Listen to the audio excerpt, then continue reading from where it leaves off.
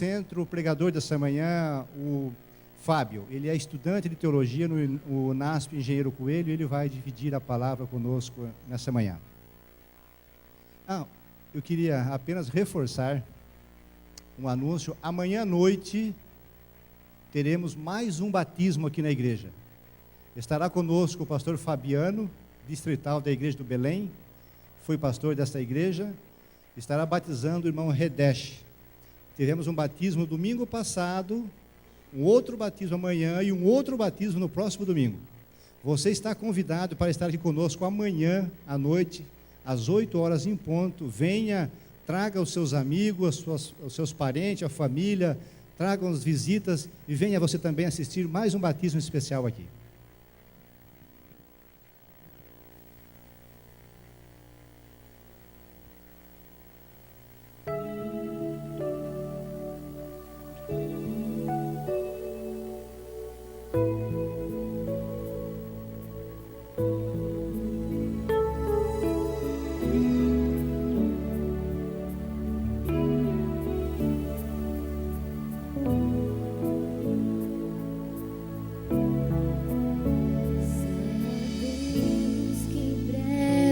Veremos Cristo Jesus lá no céu,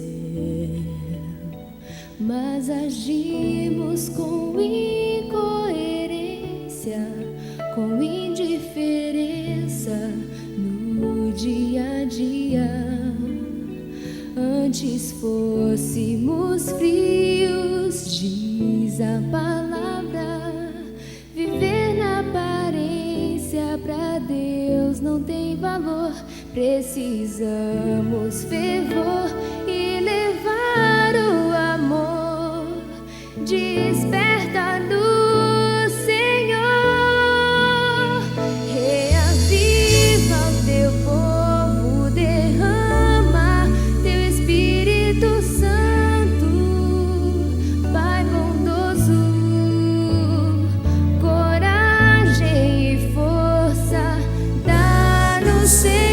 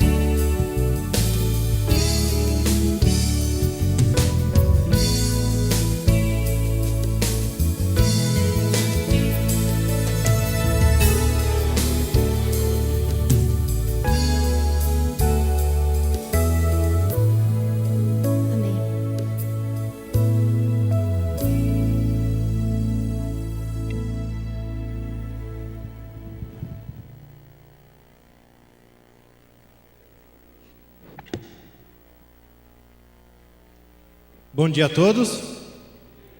É uma alegria estar em casa.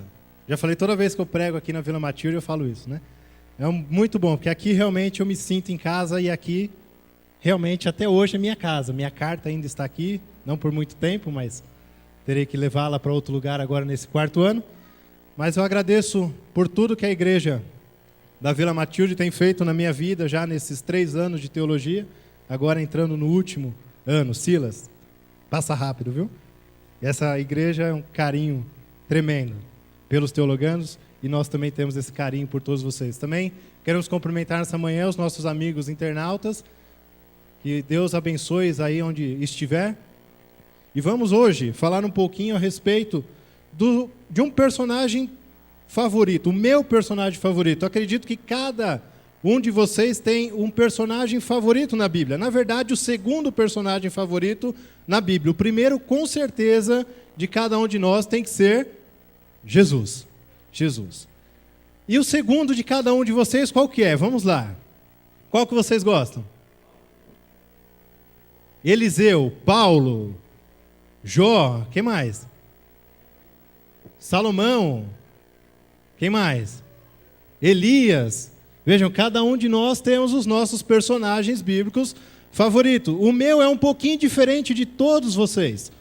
Muitos, a gente escuta sempre, Paulo, José, Moisés, a gente sempre escuta esses aqui. Mas o meu personagem favorito é Neemias. Neemias é uma lição para a minha vida. Toda vez que eu estou passando por algum problema, por dificuldades ou na alegria, eu lembro de Neemias. E nós vamos estudar um pouquinho a história de Neemias. Para começarmos, vamos então ver um pouquinho quem foi Neemias. Abra sua Bíblia no livro de Neemias. Ele é ali pertinho de Jó, um pouquinho antes de Jó, antes de Esther. Está o livro de Neemias.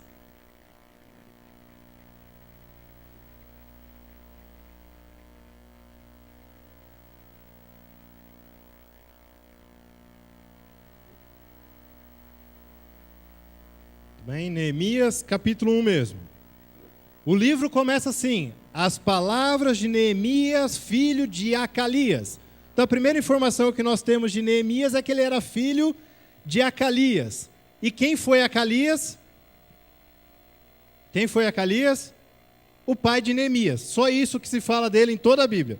Então a única coisa que deixaram aqui é para diferenciar Neemias dos outros Neemias que aparecem na Bíblia. Então esse era o filho de Acalias. Tem uma outra informação que aparece a respeito de Neemias, no finalzinho do verso 11. Só para entendermos o que ele fazia. No finalzinho do verso 11 do capítulo 1, diz que nesse tempo eu era copeiro do rei. Muito bem. Quando nós ouvimos a palavra copeiro, o que vem à nossa mente? Oi? O que vem? Tá, interpretação de um sonho lá de José, tá bom. Mas o que mais? Quando a gente fala a palavra copeiro, um servo, um garçom, alguém que vai servindo as pessoas. Não é esse o conceito? Talvez um lavador de pratos, algo parecido? Não é assim que soa na nossa mente? Mas ser copeiro naquela época era muito mais do que isso. E para isso eu gostaria de ilustrar rapidamente aqui. Eu precisava de uma pessoa corajosa. Precisava de uma pessoa corajosa aqui à frente, só para eu fazer uma ilustração rápida. Temos alguém aqui corajoso? Senão eu vou ter que chamar aqui. Temos alguém? Muito bem, obrigado. Tem vindo uma copeira.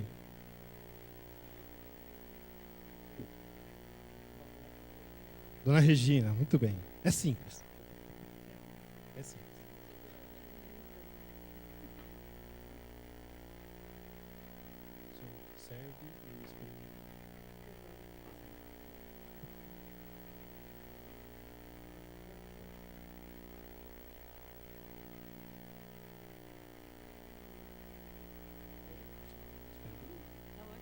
Tá boa?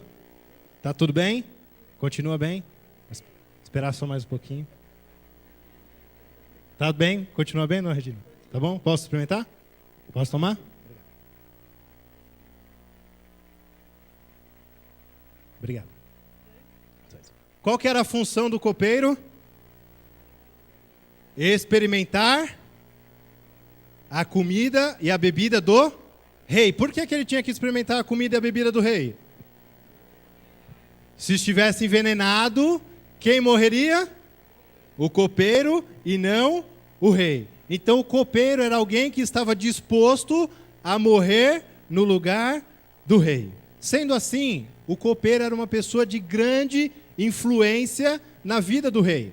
Os estudiosos falam que apenas o copeiro e a esposa do rei é que tinham esse poder de influenciar a vida de um rei. E esse copeiro agora estava com seu coração apertado. Ele descobrira que a sua cidade natal, Jerusalém, estava completamente destruída. Os muros da cidade tinham sido destruídos, tinha sido colocado fogo lá, e agora ele estava preso a 1.280 quilômetros de distância, lá no reino da Pérsia, sob o comando do rei Artaxerxes I, um rei pagão, um rei que não cria no Deus verdadeiro e não estava nem aí para Jerusalém. E agora ele ouviu de seu irmão que a cidade estava destruída e ele sentiu no seu coração a vontade de ir lá e reconstruir a cidade de Jerusalém. Só que ele sabia que para ir reconstruir a cidade de Jerusalém não seria fácil. Não era simplesmente falar, eu me demito e vou embora. Não era isso que ele precisava. Ele precisava de um favor real, um favor do rei. E para isso ele orou. Lá no comecinho do capítulo 1, verso 4, diz que ele ouviu as palavras sobre a destruição de Jerusalém e fala que ele assentou-se, chorou e lamentou por alguns dias. E fala que ele esteve jejuando e orando perante o Deus do céu. Então ele começou a orar e pedir para que Deus o encaminhasse para Jerusalém. No capítulo 2, começa assim, falando, no mês de Nisan, no ano 20º do rei Artaxerxes, uma vez posto o vinho diante dele, eu o tomei para oferecer e lhe o dei. Ora, eu nunca antes estivera triste diante dele.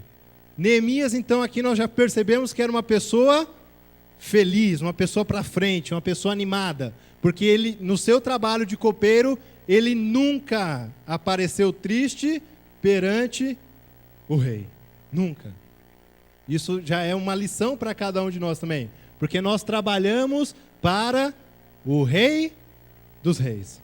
O Rei dos Reis. E nós não podemos estar tristes no trabalho do Rei dos Reis. Temos que estar sempre felizes. Mas neste momento Neemias estava passando por problemas, seu coração estava triste. E o rei percebeu de pronto.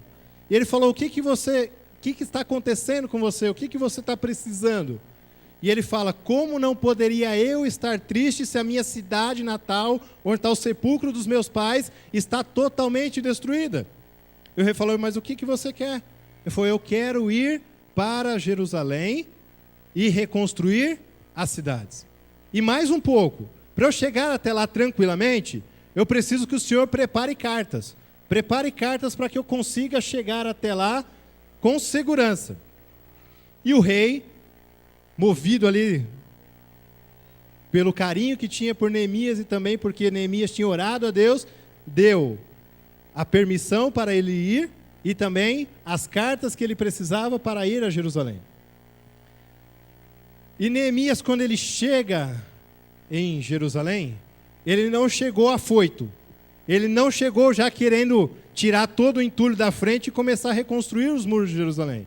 Fala lá no 2, verso 11, fala, cheguei a Jerusalém, aonde estive por 3 dias. Por 3 dias ele ficou lá em Jerusalém. Então à noite me levantei, e uns poucos homens comigo, não declarei a ninguém o que o meu Deus me puser no coração para eu fazer em Jerusalém. E fala que não havia comigo animal algum, senão o que eu montava. Então por 3 dias ele chegou em Jerusalém e não contou para ninguém o que ele estava ali fazendo, o que Deus tinha pedido para que ele fizesse. E ele começa então a fazer uma ronda ali pela cidade, vai dando uma olhadinha de como estava a situação da cidade. Ele chega numa das portas e vê que o entulho estava tão alto que ele não conseguia passar a cavalo. Então ele desce o seu cavalo, dá uma olhadinha e vê o suficiente para que ele soubesse o que ele precisava fazer para reconstruir aquela parte da cidade. Então aí ele volta e fala então para os seus amigos ali, para as pessoas que estavam com ele, o que ele estava querendo fazer. E nesse momento, ele, como um bom líder que era, ele se identifica com a situação, e nós percebemos isso através dos verbos que é usado aqui, no verso 17. 2:17. Então lhes disse: estais vendo a miséria em que estamos, Jerusalém assolada e as suas portas queimadas. Vinde, pois, reedifiquemos os muros de Jerusalém e deixemos de ser opróbrio. E lhes declarei como a boa mão do meu Deus estivera comigo, e também as palavras que o rei me falara. Ele começa a falar, vê como nós estamos, vamos reedificar essa cidade, vamos deixar de ser a vergonha, uma grande desonra pública, e vamos reconstruir a cidade do nosso Deus, porque ele fala que o nosso Deus está conosco, sempre estivera com ele, como a forte mão de Deus estivera com ele. E aí o povo fala, então disseram, disponhamo-nos e edifiquemos. Neemias era um líder que se identificava com a situação e se colocava à disposição do trabalho. Agora eu faço uma pergunta. Quantos de nós somos líderes na causa de Deus?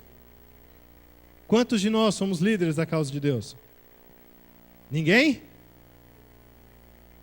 Só os anciãos e os departamentos da igreja que são os líderes da causa de Deus? Não.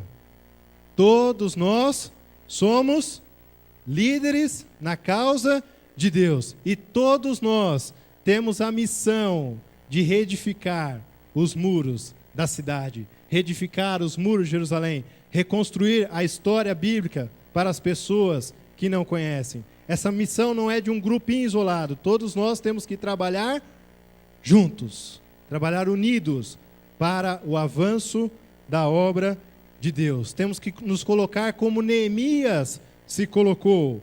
Estamos nessa situação, vamos reedificar juntos, vamos deixar de ser a vergonha, vamos trabalhar para a obra de Deus. O capítulo 4 de Neemias, nós não vamos ler todo o livro de Neemias, não vai dar tempo, mas você tem a oportunidade de lê-lo aí todo ano através do ano bíblico, você passa por ele no ano bíblico.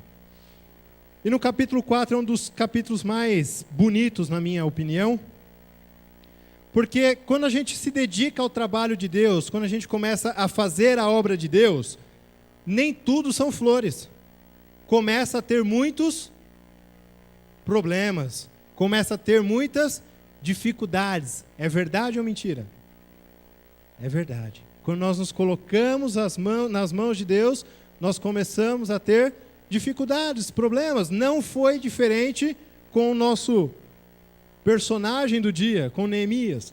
Ele começou a ter oposição ao seu trabalho. E ele tinha 3 principais inimigos: Sambalate, Tobias e Gesem. Nós encontramos eles ali, finalzinho do capítulo 2, nós encontramos esses 3 inimigos, e eles fizeram de tudo para que a obra de reconstrução de Jerusalém não fosse concluída. E o capítulo 4 fala um pouquinho dessa tensão que ele passava. E apesar da oposição, ele nos deixa alguns ensinamentos de como nós devemos agir em meio à oposição e no trabalho da causa de Deus. Capítulo 4, verso 6. Capítulo 4, verso 6 diz assim: assim edificamos o muro, e todo o muro se fechou até a metade de sua altura, porque o povo tinha ânimo para trabalhar. Primeira coisa que nós precisamos ter para o trabalho para Deus é ânimo. Não só para o trabalho para Deus, mas em qualquer coisa que nós vamos fazer na vida, nós precisamos de ânimo. Não é isso? No trabalho, se eu chegar todo dia desanimado, eu vou talvez continuar na mesma posição que eu estou lá por 30 anos, ou talvez em menos de um ano, eu vou ser convidado a procurar outro emprego, não é assim? É assim que funciona na vida. Nós precisamos ter ânimo. E no trabalho de Deus não há espaço para desânimo, porque Ele já fez tudo por cada um de nós. Por que desanimarmos no trabalho de Deus? Ânimo para trabalhar. Depois, no verso 9, coloca outra coisa que nós não podemos deixar de fazer nunca.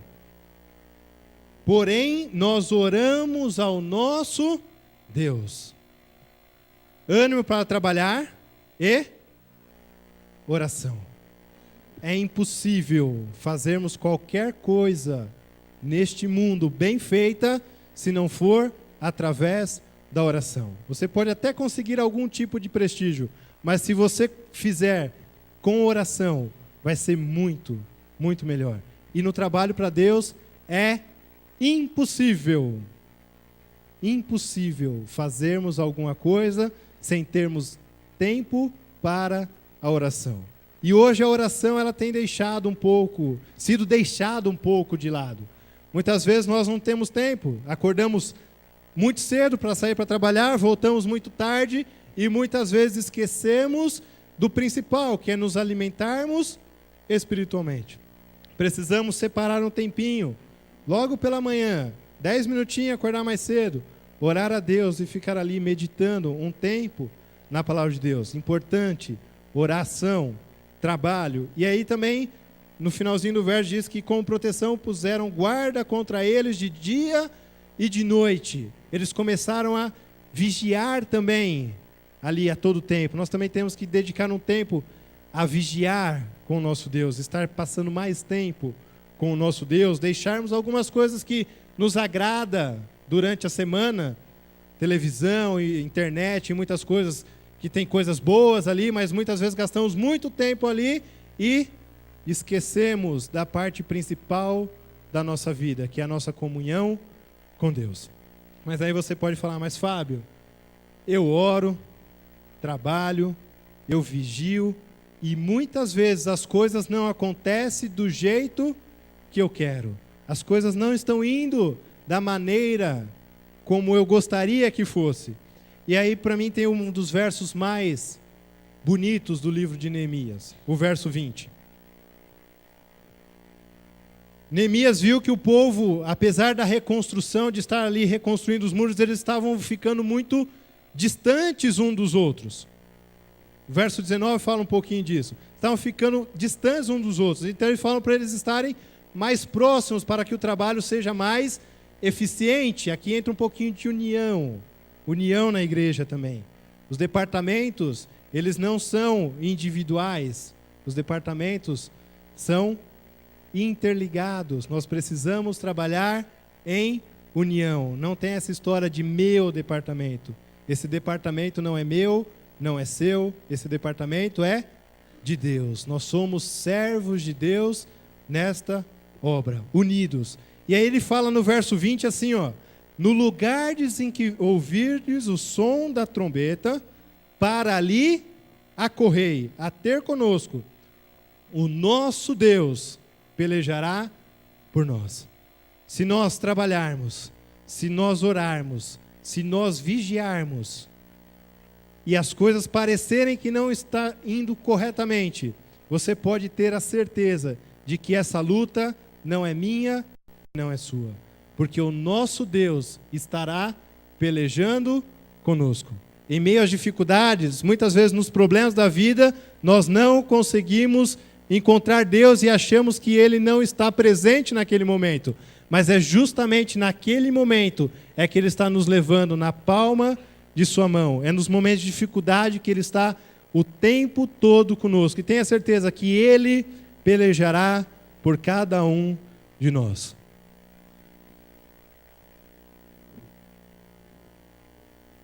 E muitas vezes foi pedido para Neemias se reunir com os seus inimigos, Tobias, Sambalate.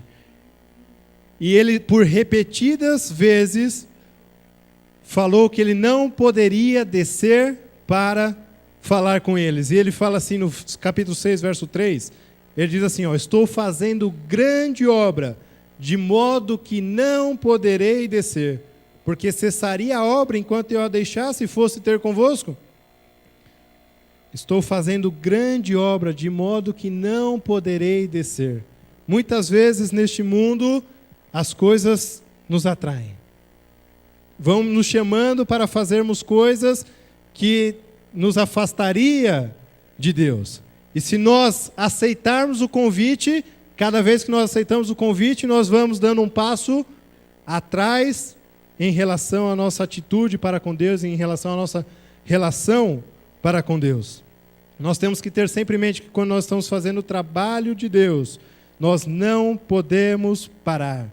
Estou fazendo grande obra, de modo que não poderei descer. Eu renuncio tudo que me afasta de Deus para seguir um caminho, e esse caminho não é um caminho sem rumo, igual os caminhos oferecidos aí fora. Esse é um caminho que nos leva diretamente para a cidade santa, para a Nova Jerusalém, onde eu, e tenho certeza cada um de vocês, queremos morar eternamente com o nosso Deus. E nós não podemos deixar que nada nos afaste deste caminho. Brigas, indiferenças, dificuldades, nada disso pode nos afastar do amor de Deus. Nós vamos ter problemas, com certeza, dentro e fora da igreja. Mas nós precisamos estar sempre com os olhos no Senhor Jesus Cristo. Nunca ao redor, senão nós vamos cair.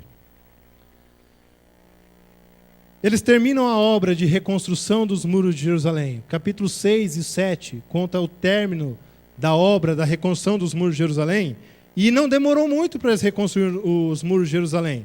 Imagine, verso 15 do capítulo 6 diz assim: acabou-se, pois, o muro aos 25 dias do mês de Elu, em 52 dias.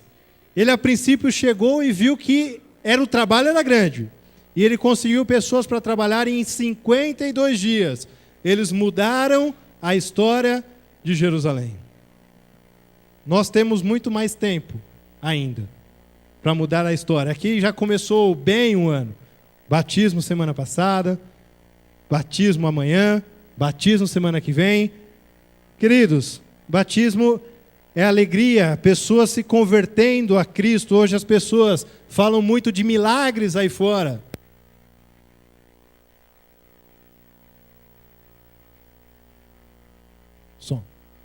Falam de milagres financeiros e tudo mais, mas o maior milagre que acontece no mundo hoje são pessoas entregarem o seu coração a Jesus.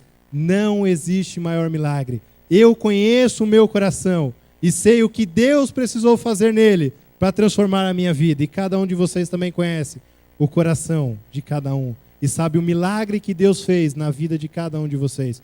É só por Deus, é só um milagre que faz pessoas mudar de rumo, mudar de vida. E o que eu acho fantástico no livro de Neemias é que depois de terminada a obra, o povo se reuniu lá no capítulo 8, o povo se reúne e pede para que seja lida o quê? A palavra de Deus. No capítulo 8 de Neemias, eles se reúnem, o povo ali todo reunido na praça da cidade, diante da porta das águas, verso 1, finalzinho, e disseram a Esdras, o escriba, que trouxesse o livro da lei de Moisés, que o Senhor tinha prescrito a Israel. E eles começaram ali a ouvir os levitas lerem a palavra de Deus. E aquele povo começou a prestar atenção.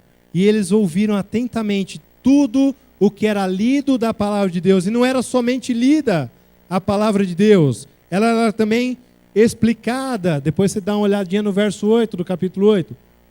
Era explicada, não basta nós só lermos a Bíblia, nós temos que entendê-la, procurar explicações, sabermos o que estamos lendo. E aquele povo ficou tão emocionado ao ouvir a palavra de Deus, que no verso 9, o segundo verso mais bonito, na minha opinião, no livro de Neemias, diz assim: Neemias, que era o governador, e Esdras, sacerdote e escriba, e os levitas que ensinavam todo o povo lhe disseram: este dia é consagrado ao Senhor vosso Deus. pelo que não pranteeis nem choreis, porque todo o povo chorava, ouvindo as palavras da lei. Queridos, o povo tinha ficado cativo por muito tempo, e agora eles tinham a oportunidade de ouvir a palavra de Deus na sua cidade natal. Vocês acham que eles estavam chorando ali só porque estavam entendendo as suas transgressões e reconhecido o seu pecado? Ou eles também estavam chorando um pouquinho de alegria ali, pela oportunidade de ouvir a palavra de Deus?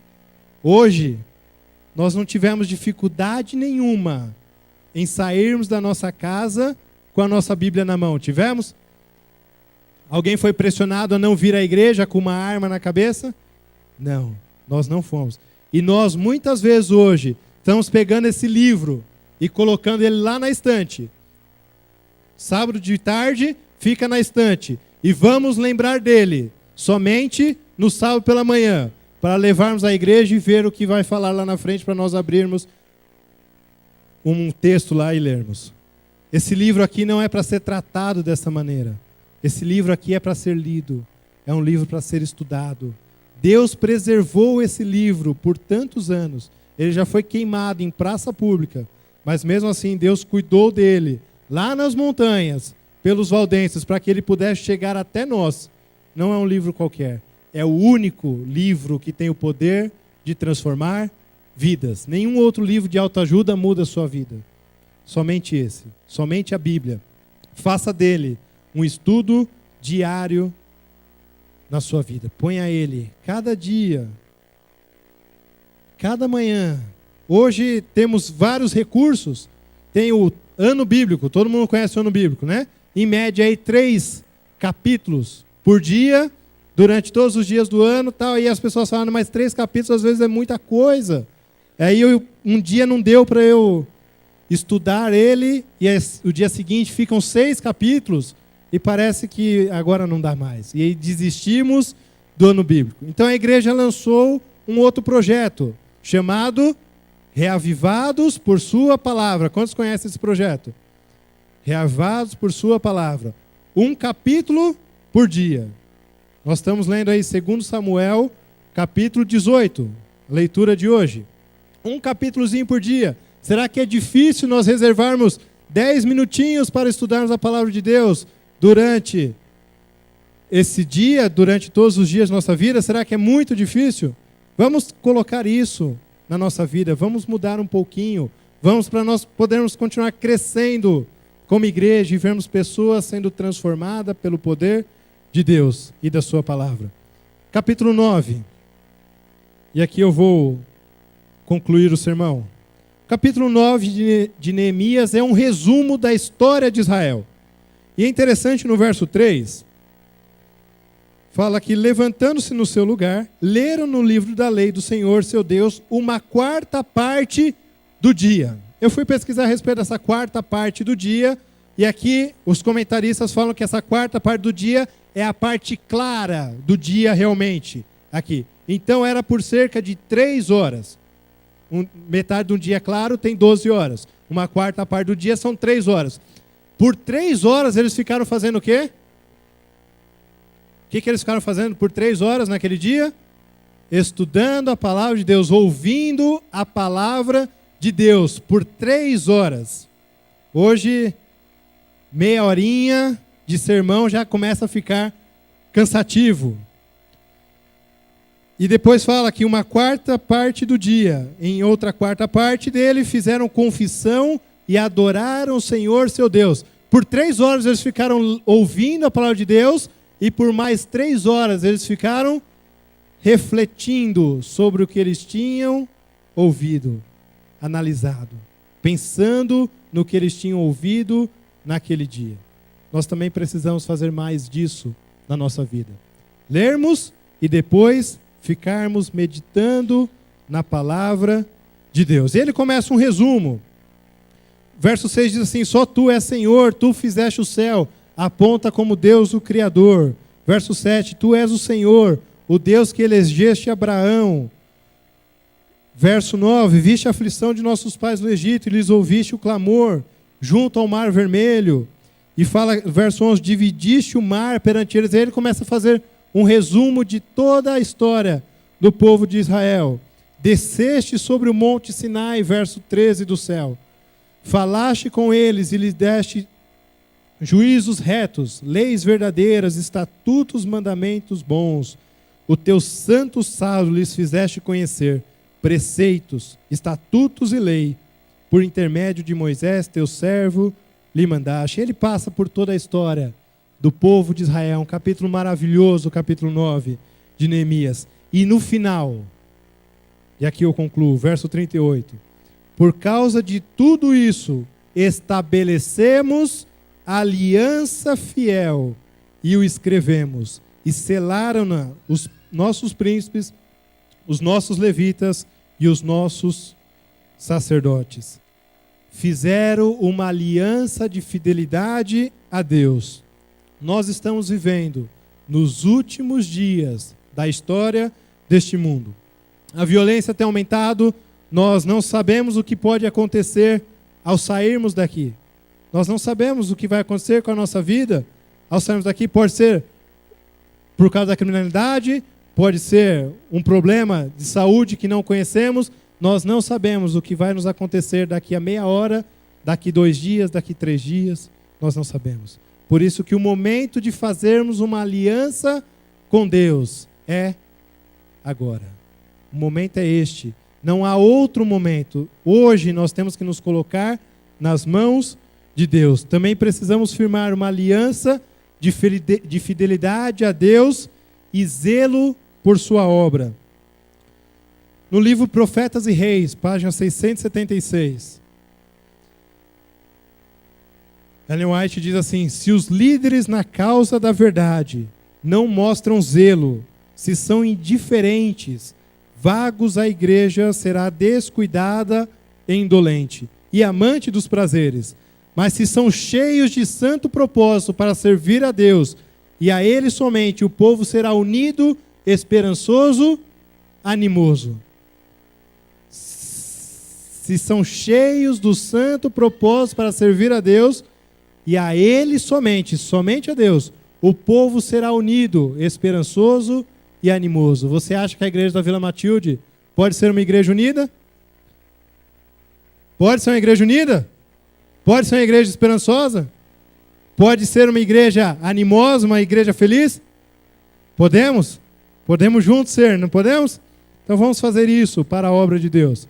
No tempo do fim, toda a instituição divina deve ser restaurada, e para isso que nós fomos chamados, para restaurar os muros da cidade de São Paulo, para restaurarmos os muros do bairro da Vila Matilde, a brecha feita na lei, quando o sábado foi mudado pelo homem, deve ser reparada. Qual é a brecha que nós temos que reparar hoje? A brecha deixada pela lei de Deus. Hoje nós precisamos apresentar para todo mundo que é ao nosso redor aqui a verdade da palavra de Deus. Os 10 mandamentos novamente. E fala assim que constrangidos pelo amor de Cristo devem cooperar com Ele na reconstrução dos lugares assolados. Devem ser reparadores das rupturas e restauradores de veredas para morar. Quantos querem ser reparadores das roturas deixadas pelo tempo e restaurar as veredas para a morada do Senhor Jesus no coração de cada pessoa? Quantos querem, neste dia, tomar essa decisão de estar trabalhando em prol da causa de Deus, independente de cargo, de posição, mas sim movido pelo amor e o poder do Espírito Santo? A Maiara vai cantar mais um hino neste momento. E eu convido você, ao final, se colocar em pé, para nós orarmos ao nosso Deus e colocar a nossa vida à disposição dele, mais uma vez.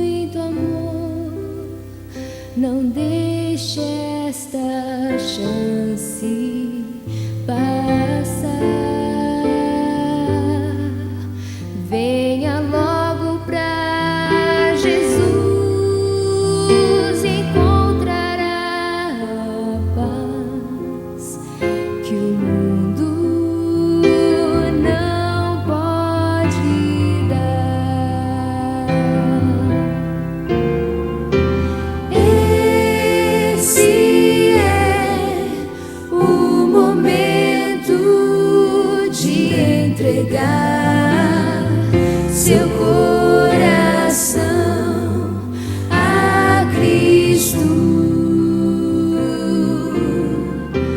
Ele hoje está chamando, quer lhe fazer feliz. Basta só você se entregar.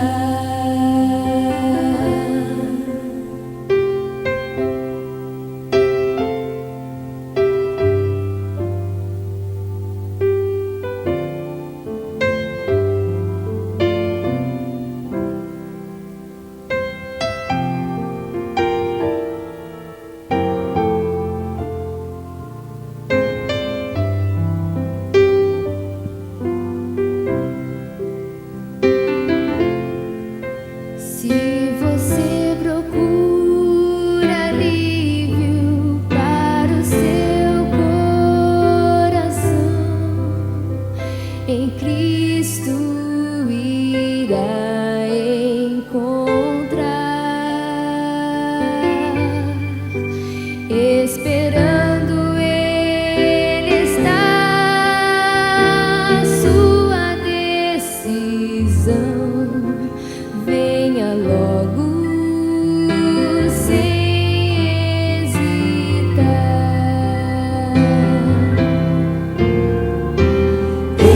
Esse é o momento de entregar seu coração a Cristo. Ele hoje está chamando, quer lhe fazer feliz. Muito feliz.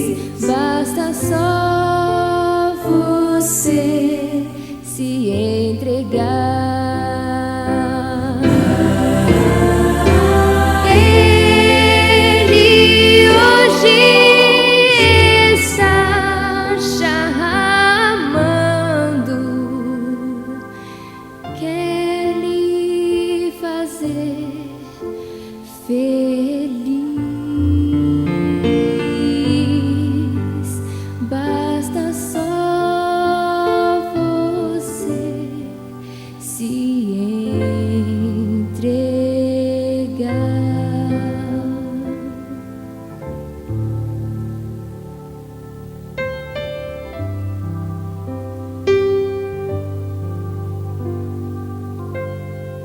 Amém.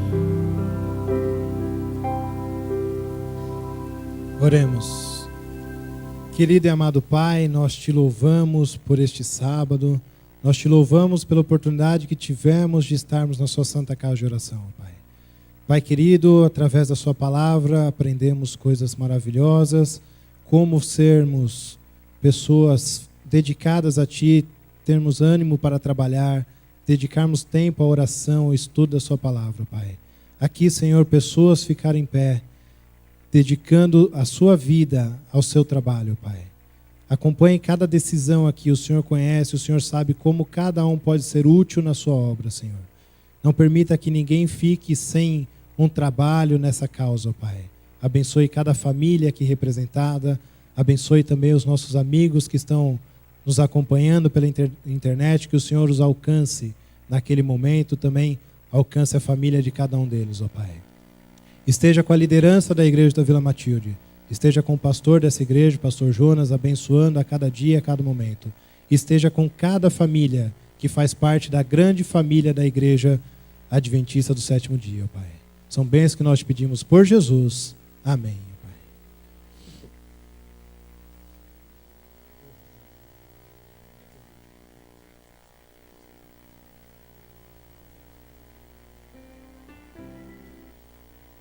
Na sequência, nós teremos, como já de costume, a escola sabatina.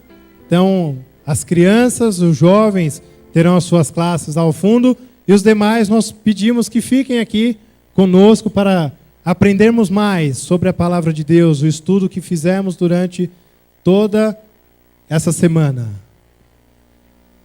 Ok, e o pedido aqui do chefe dos diáconos é que nós saiamos pelo corredor da direita, aqui saindo da igreja à direita, devido à forte chuva que está caindo ali fora. Reto, nós pedimos para que ninguém saia, ok? Fique aqui para a direita e vamos